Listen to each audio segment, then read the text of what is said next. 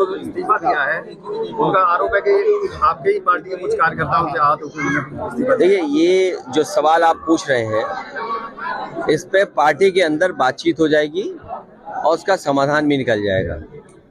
इससे भी ज्यादा महत्वपूर्ण ये है कि पूरा किसान आंदोलन कर रहा है और पूरा देश का किसान भारतीय जनता पार्टी से जानना चाहता है कि जिन्होंने ये सपना दिखाया था कि आय दोगुनी हो जाएगी, और अभी जब भारत रत्न दिया स्वामीनाथन जी को और देश के हमारे किसानों के नेता चौधरी चरण सिंह जी को, उससे किसानों की उम्मीद और बढ़ गई कि सरकार उनकी सुनवाई करेगी, एमएसपी देगी, एमएसपी के लिए कोई कानून बनाएगी।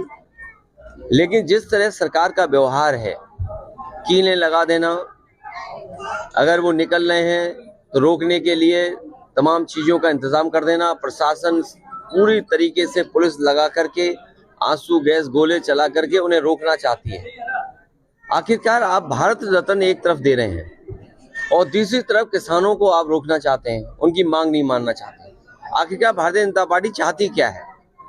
जो लोग सपना दिखा रहे हैं कि 5 लाख ट्रिलियन डॉलर की इकोनॉमी बन जाएगी, सच्चाई ये है कि किसानों की आय दोगुनी अगर हो जाए तो आपकी 5 ट्रिलियन डॉलर नहीं, हो सकता है 10 ट्रिलियन डॉलर इकोनॉमी भी बन जाए। और जो लोग ये कहते हैं कि हमारी दुनिया में 5वीं अर्थव्यवस्था बन गई है, ये 5 से दूसरे नंबर में भी पहुंच सकती है अगर ये सरकार किसानों को एमएसपी दे दे और किसानों की आय दोगुनी कर दे। अध्यक्ष जी कल पल्लवी पटेल ने कहा है कि पीडीए ने 3 लोगों का राज्यसभा टिकट घोषित किया, जिसमें जया अमिताभ बच्चन, आलोक रंजन और रामजीलाल सुमन जी। देखिए, क्या पीडीए का मतलब अल्पसंख्यक महिला नहीं हो सकती थी? क्या पीडीए का मतलब पिछड़ा महिला नहीं हो सकती थी? भारतीय जनता पार्टी से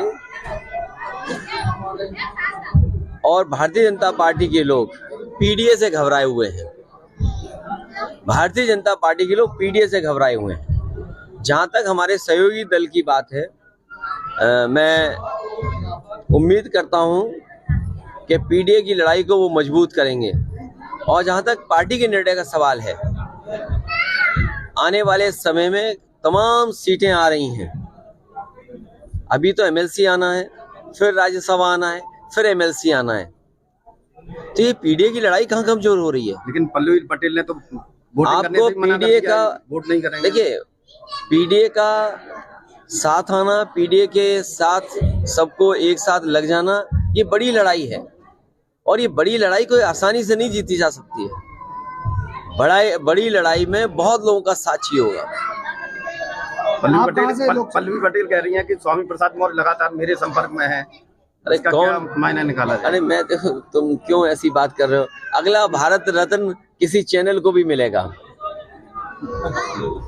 जी, मैनपुरी में लगातार अभी कुछ दिनों से सांड के हमलों में 5 किसानों की मौत हुई। मैं अपने पत्रकार साथियों से कहूंगा, अगर अब वो बजट पढ़ेंगे तो इन सरकार ने मुख्यमंत्री योजना चलाई है जिसमें रखवाली करना चाहते हैं किसानों के खेतों की। मुख्यमंत्री खेत सुरक्षा योजना, अगर कोई इसको अनकोड करे, मुख्यमंत्री खेत सुरक्षा यही है कि सांडों से सुरक्षा करना, तो 50 करोड़ में सांड से कैसे सुरक्षा हो जाएगी? और फिर पूरे उत्तर प्रदेश में कोई दिन नहीं जाता है जिस दिन इन जानवरों की वजह से किसी की जान न जा रही हो। ये सवाल कई बार विधानसभा में उठा है, लेकिन सरकार इस समस्या का समाधान नहीं ढूंढ रही है। और तब नहीं ढूंढ रही जब देश के प्रधानमंत्री जी ने कहा था कि 15 दिन के अंदर छुट्टा जानवरों की समस्या का समाधान हो जाएगा। आप लोकसभा चुनाव कहाँ से लड़ने वाले हैं? आप कहाँ से लड़ने वाले हैं? बहुत जल्दी और सूची भी आ जाएगी आपके सामने। आजमगढ़ की चर्चा रायबरेली से सोनिया गांधी ने लड़ने से मना कर दिया है, तो ये पार्टी की उनकी अपना फैसला है, हमारी पार्टी का अपना फैसला होगा। कांग्रेस का एक मजबूत गढ़ माना जाता है रायबरेली और अमेठी, लेकिन अब नहीं, मजबूत गढ़ तो नहीं है। ये सही है कि वो उनकी ट्रेडिशनल सीट है और कांग्रेस की सीट ही मानी जाती है। समाजवादी पार्टी ने हमेशा उस सीट पर कांग्रेस का ही सहयोग किया है। INDC नेटवर्क, बदलते भारत के साथ।